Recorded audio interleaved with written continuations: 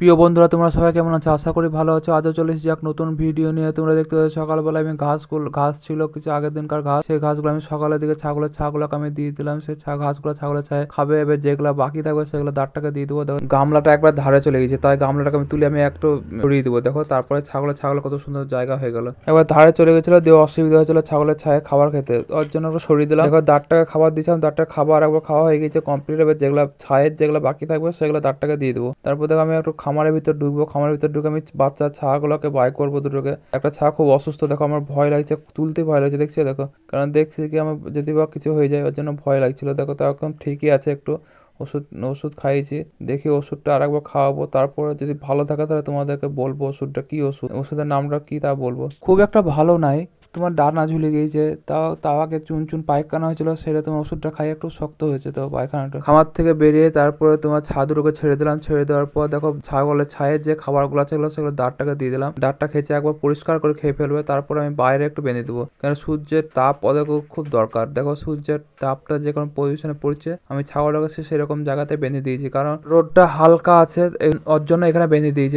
রোদে বেঁধে দিয়েছি, ছাগলের দাঁড়টাও বসে আছে, ছাগলও আরামে বসে আছে। খাওয়া হয়ে যাওয়ার পর ছাগলগুলো আরামে বসে আছে। দেখো চারিদিকটা দেখো কত সুন্দর। রাস্তার এক সাইডে আমি বেঁধে দিয়েছি ছাগল, রাস্তার সাইডে বাঁধাটা ঠিক না, তাও আমি রোদে বেঁধে দিয়েছি, কারণ চারিদিকটা ঠান্ডা, আমার বাড়ির ভিতরটা রোদ ঢুকে না সেরকম ভাবে যেন ঠান্ডা লাগে, তার জন্য আমি ছাগলকে রাস্তার সাইডে বেঁধে দিয়েছি। বেশিক্ষণ আমি বাইরে রাখি না, ঘন্টা খানেকের মতন বাইরে থাকে। রোদটা যেন প্রচন্ড রোদ যখন হয়ে যায় তখন আমি খুলে চলে আসি। দেখো আমি বাড়িতে নিয়ে এসে আমি ছাগলকে ঘাস দিয়ে দিয়েছি, নিপিল কেটে নিয়ে এসেছি। এবার নিপিলটাকে খাবে। বড় ছাগলটাকে বাড়ি নিয়ে চলে এলাম।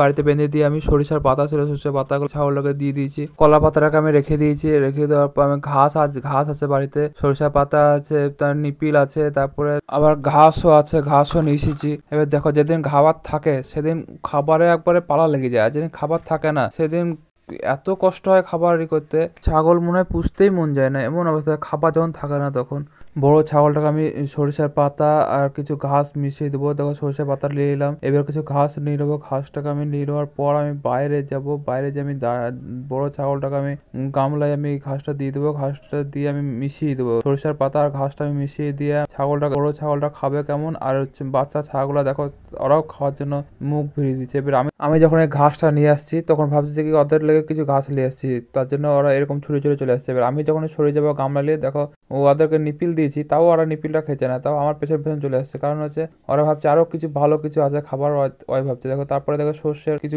পাতা কাটা ছিল, সর্ষের পাতাগুলো আমি ছাগলের ছাগলকে দিয়ে দিলাম। দেবের খাবে, ওইগুলা খাবে, আর নিপিলটা একটাও খাবে। এগুলো বাকি যেগুলো থাকবে সেগুলো আমি দাগটাকে আমি দিয়ে দেবো। বড় ছাগলগুলো আবার ছোট ছাগলকে আর খাবার দেবো না। এবার খাবার যা দেওয়া দিয়ে দিয়েছি, যেগুলো থাকবে সেগুলো দাঁতটা খেয়ে নেবে। দেখো আজ সব ছাগলগুলোকে তাদেরকে যার যেরকম গেঞ্জি কাউকে সোয়েটার পরিয়ে দিয়েছে, কাকে কেমন লাগছে তোমার কমেন্ট করে জানাবে। দেখো ছাগলগুলোকে সব পরিয়ে দিয়েছি, তার জন্য শীতের দিন, ওর জন্য তাদেরকে সেবা যত্নটা বেশি ভালো করতে হয়।